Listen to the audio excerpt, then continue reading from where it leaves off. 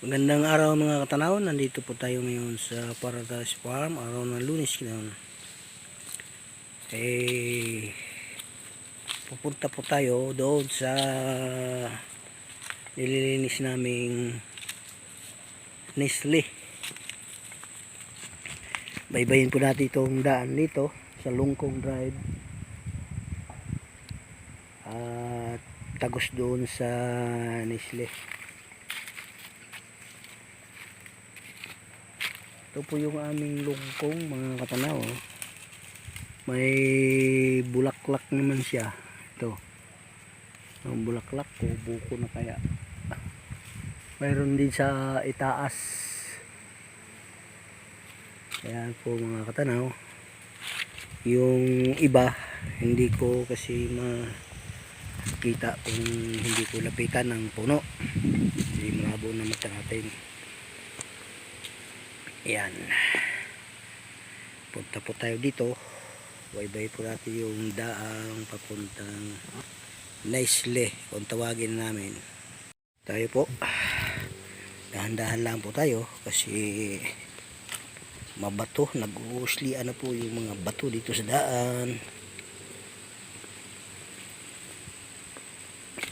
Tingnan po natin kung hanggang saan na sila sa Nestle. Ito po yung lungkong. Ito po yung tinatawag naming lungkong. Kasi may lungkong na lansunis. Ito naman yung mga bago-bago. Doko naman yan sa ibaba. Pero hindi pa namumunga. Yan pinapupunuan ko lang ng linis para hindi ho kapitan ng mga damo. Kahit ho aming kiliban, talagang pagka hindi ho tinatabasan, nadadamuhan pa rin. Yan po. Malapit na po tayo sa Nestle na tinatawag namin. Nestle ang tawag namin kasi Nestle ang kapiroon sa areang yun.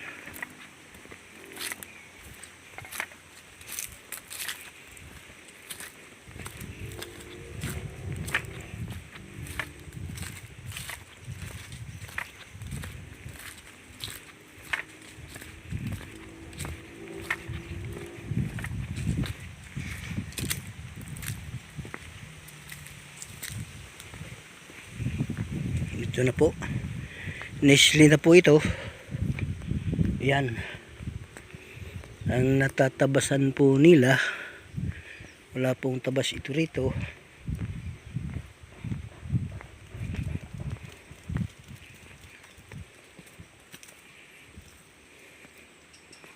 Dito pala sila nagtatabas sa may manggahan papuntang lungkong. Yan, tabas na po ito. Yan na po.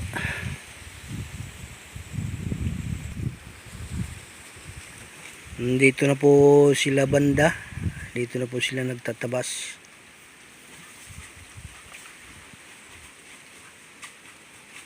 Compare na, compare. Ha? Lobat radyo mo? Okay na kaya.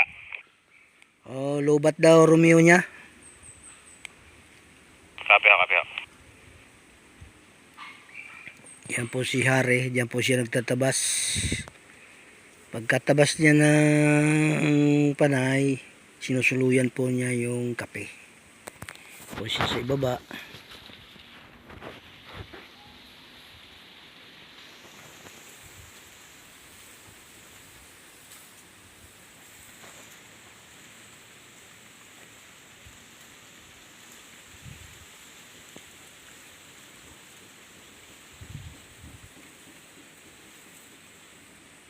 Ito po, punta po tayo ng manggahan. Dito po nadaan yung aming service na barang. Yun, lumalim na po yung daan. Kasi pagka umulan, dito kasi sa may bato, minsan hindi makakaahon dun sa bato. Nakakalangan yung gulong kasi motor lang.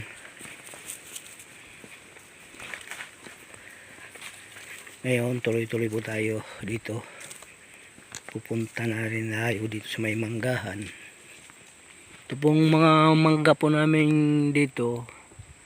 Ito'y mga kalabaw. Tapos golden queen. Nandito sa parting kaliwang ito. Kaliwa. Ito mga kalabaw, yun po ang una namin. Tapos pinutol po namin. Dinugtungan ng golden queen.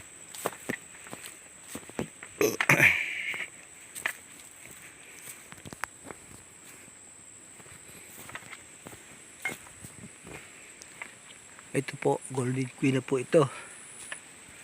Yung po ang bunga niyan, manggang kalabaw yan, dinugtungan ng golden queen. Ngayon, wala nang bunga to kasi lipas na ang panahon nila. Ang bunga po nito, yung nakilo ng 1 kilo mahigit ang isa. Yan po, yun. Saka yung pa sa kabilang yun. Ang tawag naman po namin dito, manggahan kaliwa. Pero hindi lang mangga ang nakatanim po rito, kundi may saging, may niyog at may asyute. Yan, asyute po to. Kailang manggahan ang nakalagay kasi yun ang kaunahang tanim po rito, yung mangga.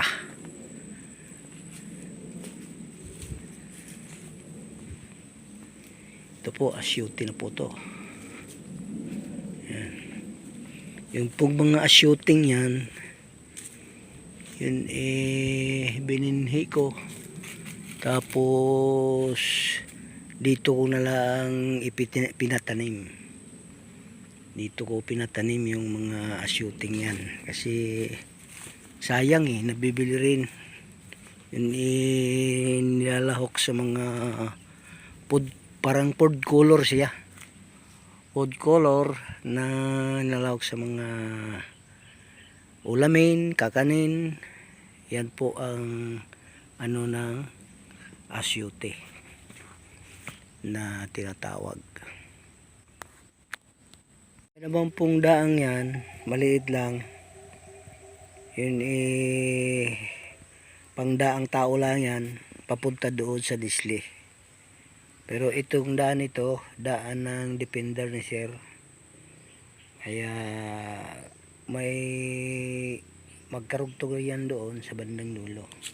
Tapos ito naman, daang ito, papunta doon sa kabila sa tinatawag naming Dusya at Pilis.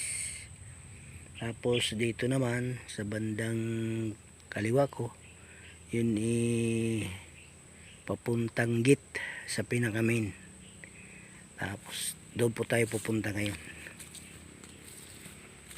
Ito po, may lansones po dito nakatanim. Mismo ako po ang nagtatanim nito. Marami itong naitanim kong ito sa tabi ng daang ito. Kaso lang napabayaan yung iba na sukalan na balot ng damo, kaya po namatay. Ito na lang po ang natitira.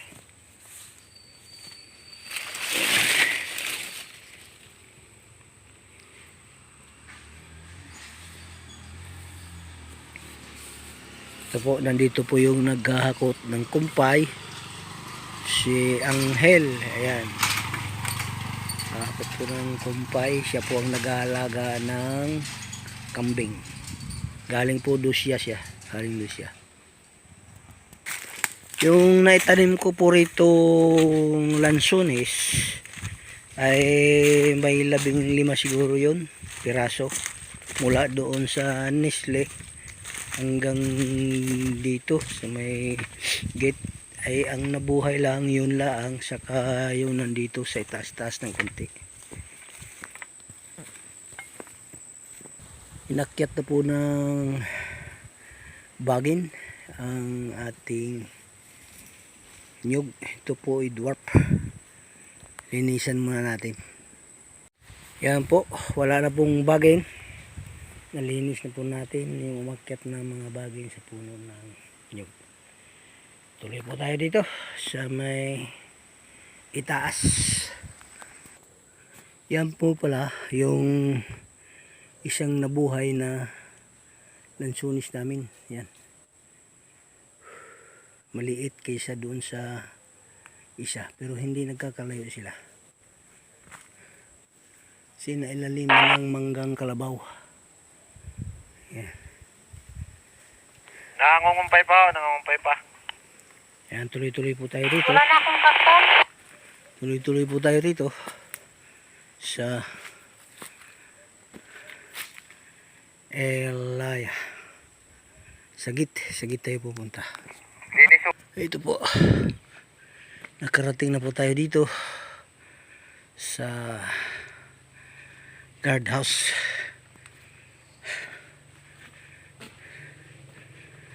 Andiyan po sila.